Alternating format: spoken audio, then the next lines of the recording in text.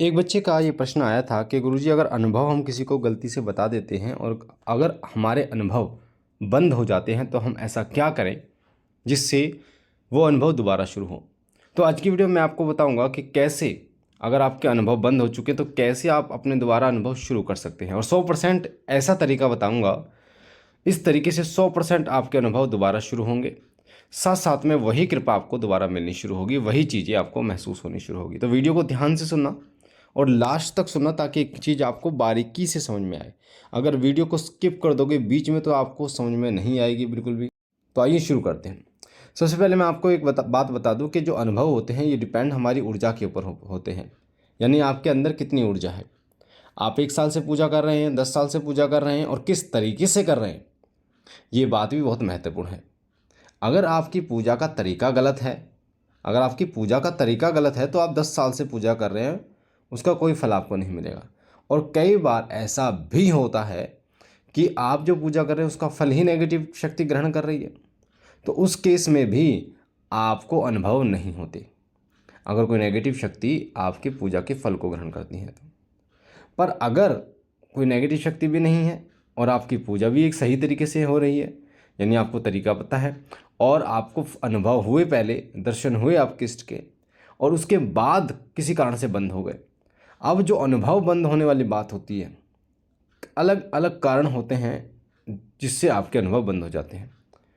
और आज जो मैं आपको बताऊंगा ये जो कारण है ये बहुत महत्वपूर्ण है। आपने अगर किसी को बता दिया तो आपके अनुभव बंद हो गए।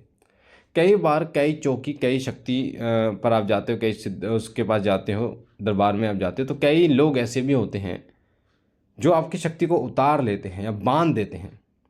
तो उतारना और बांधना जो कि एक गलत बात होती है, और भगवान के सेवक कभी ऐसा कार्य नहीं कर सकते।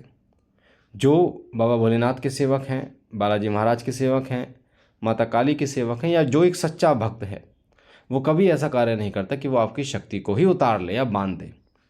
और ना ही ऐसा कार्य आपके गुरु कर सकते हैं। ये एक अलग बात है कि अगर कोई व्यक्ति गुरु के नियमों से अनभिज्ञ है या फिर वो गुरु होने का महत्व ही नहीं जानता कि उसका दायित्व क्या होता है, फ़र्ज़ क्या होता है, तो एक अलग बात हो जाती है कि उसने जो है वो आपकी शक्ति को उतार लिया, बांध दिया। पर ऐसा नहीं करना चाहिए। ये लोग सब नरक के भागी बनते हैं जो आपकी शक्ति को उतारते हैं, बांध देते हैं। तो ऐसे इस कारणों से भी, अगर आपकी शक्ति को कोई बांध देता है तो इन कारणों से भी आपके अनुभव होने बंद हो जाते हैं, क्योंकि वो शक्ति रहती नहीं। फिर आप पूजा करते रहते हैं, उसका फल आपको प्राप्त नहीं होता। यानी कि जैसे आपने 2 लाख रुपए कमाए, अब वो 2 लाख रुपए किसी ने अपने पास आपसे छीन लिए, तो आपके पास क्या बचा? कुछ भी नहीं बचा। अब 2 लाख रुपए आपको दोबारा जमा करने के लिए फिर एक से शुरू करने पड़ेगा। उसी तरीके से जो ऊर्जा आपने एकत्रित की थी, 1 महीने, 2 महीने, साल, 2 साल से जो ऊर्जा आपने एकत्रित की थी, वो ऊर्जा को या तो किसी ने ले लिया या बांध दिया। अब आपको शुरू से शुरुआत करनी पड़ेगी। अगर शरीर का बंधन कोई व्यक्ति कर देता तो ऐसे केस में आपकी पूजा का फल ही नहीं मिलता आपको। अगर आपके शरीर का किसी ने बंधन कर दिया, या कोई नेगेटिव शक्ति अगर आपके ऊपर छोड़ दी गई है, या कोई नेगेटिव शक्ति आपके पूजा के फल को ग्रहण कर रही है, तब भी आपको कोई अनुभव दूर दूर तक नहीं होता। ठीक है। पर अगर आप किसी को अपने अनुभव बता देते हैं और गलती से बता देते हैं तो अनुभव बंद हो जाते हैं। उसके लिए क्या करना है, ध्यान से सुनिए। उसके लिए आपको एक शिव शक्ति दरबार के नाम से एक अरदास लगानी है।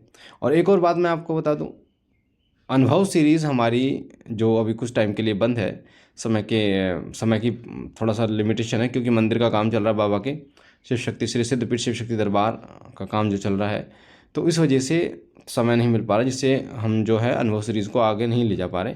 पर लेके जाएंगे, समय आएगा तो हम फिर दोबारा शुरू करेंगे इसको। तो उसमें अनुभव सीरीज़ में जिन जिन बच्चों ने मुझे अनुभव बताए, अभी तक उनके अनुभव बंद नहीं हुए, और मुझे बताने से कभी किसी का अनुभव बंद हो ही नहीं सकते, क्योंकि ये अरदास हमने बाबा को लगा रखी है। तो अब आपको कैसे अरदास लगानी है शिव शक्ति दरबार के नाम से?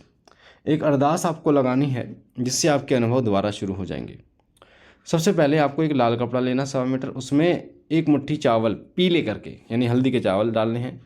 उसके बाद आपको 21 रुपये उसमें रखने हैं। 11 लौंग, 2 इलायची आपको उसमें रखनी है।